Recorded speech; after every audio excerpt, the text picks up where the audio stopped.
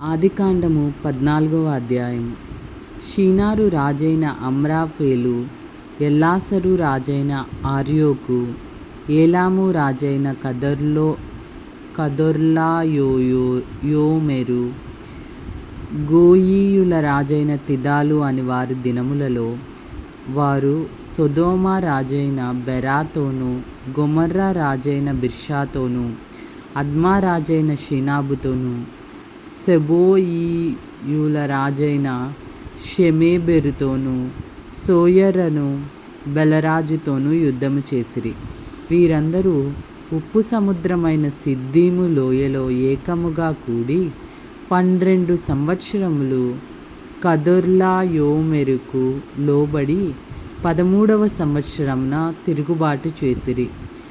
14వ సంవత్సరమున కదొర్లాయోమెరును అతనితో కూడానున్న రాజులను వచ్చి అష్తారోత్ కర్నాయిములో రెఫాయీయులను, హాములో జూజీయులను, షావే కిర్యతాయిము మైదానములో ఏమీయులను కొట్టిరి.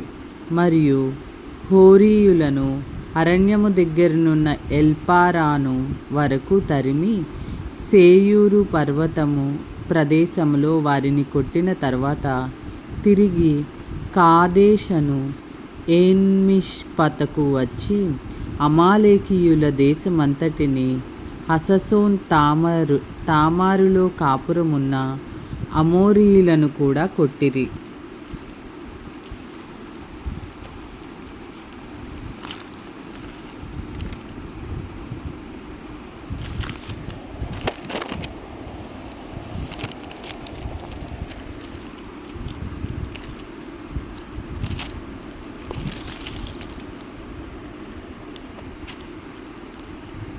అప్పుడు సొదొమ రాజును, గొమొర్రా రాజును, అద్మా రాజును, సెబోయీము రాజును, సోయరను బెలరాజును బయలుదేరి సిద్దీము లోయలో వారితో, అనగా ఏలాము రాజైన కదొర్లాయోమెరు, గోయీయుల రాజైన తిదాలు, షీనారు రాజైన అమ్రాపేలు, ఎల్లాసరు రాజైన అర్యోకు అను నలుగురితో ఆ ఐదుగురు రాజులు యుద్ధము చేసిరి.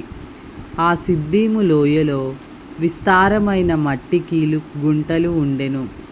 సొదొమ గొమొర్రాల రాజులు పారిపోయి వాటిలో పడిరి. శేషించిన వారు కొండకు పారిపోయిరి.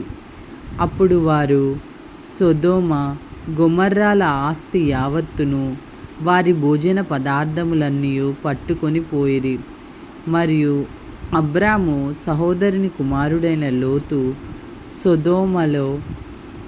సొదొమలో కాపురముండెను గనుక అతనిని అతని ఆస్తిని పట్టుకొని పోగా, తప్పించుకొనిన ఒకడు వచ్చి హెబ్రీయుడైన అబ్రామునకు ఆ సంగతి తెలిపెను. అప్పుడతడు ఎష్కోలు సహోదరుడును ఆనేరు సహోదరుడునైన మమ్రే అను అమోరీయుని ఏలోను వనములో కాపురముండెను.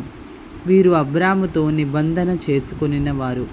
అబ్రాము తన తమ్ముడు చెరపట్టబడినని విని తన ఇంట పుట్టి అలవర్చబడిన 300 పదునెనమండుంగిరిని వెంటబెట్టుకొని దాను మట్టుకు ఆ రాజులను తరిమెను.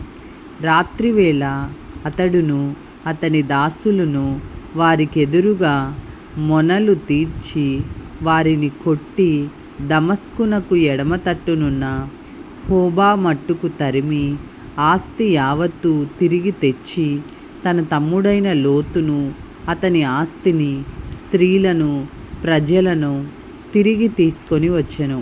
అతడు కదొర్లాయోమెరును అతనితో కూడానున్న రాజులను ఓడించి తిరిగి వచ్చినప్పుడు సొదొమ రాజు అతని ఎదుర్కొనుటకు రాజులోయ అను షావే లోయ మట్టుకు బయలుదేరి వచ్చెను.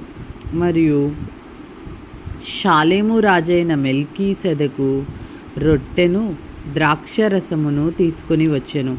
అతడు సర్వోన్నతుడగు దేవుని యాజకుడు. అప్పుడతడు అబ్రామును ఆశీర్వదించి ఆకాశమునకు భూమికిని సృష్టికర్తయును సర్వోన్నతుడనైన దేవుని వలన అబ్రాము ఆశీర్వదింపబడునుగాక అనియు, నీ శత్రువులను నీ చేతికి అప్పగించిన సర్వోన్నతుడగు దేవుడు స్తుతింపబడునుగాక అనియు చెప్పెను. అప్పుడతడు అన్నిటిలో ఇతనికి 10వ వంతు ఇచ్చెను. సొదొమ రాజు, మనుష్యులను నాకిచ్చి ఆస్తిని నీవే తీసుకొనుమని అబ్రాముతో చెప్పగా, అబ్రాము, నేనే అబ్రామును, ధనవంతునిగా చేసి తినని నీవు చెప్పకుండునట్లు ఒక నూలు పోగైనను చెప్పుల వారైనను నీ వాటిలో ఏదైనను తీసుకొననని ఆకాశమునకును భూమికిని సృష్టికర్తయును సర్వోన్నతుడును దేవుననైన యెహోవా ఎదుట నా చెయ్యి ఎత్తి ప్రమాణం చేసి ఉన్నాను. అయితే ఈ పడుచువారు భుజించినది తప్ప నాతో కూడా వచ్చిన ఆనేరు, ఎష్కోలు, మమ్రే అను వారికి ఏ ఏ భాగములు రావలెనో ఆయా భాగములు మాత్రము వారిని తీసుకొననిమ్మని సొదొమ రాజుతో చెప్పెను. ఇది ఏలిన వారి వాక్కు. సర్వేశ్వరునికి వందనములు. హల్లెలూయా.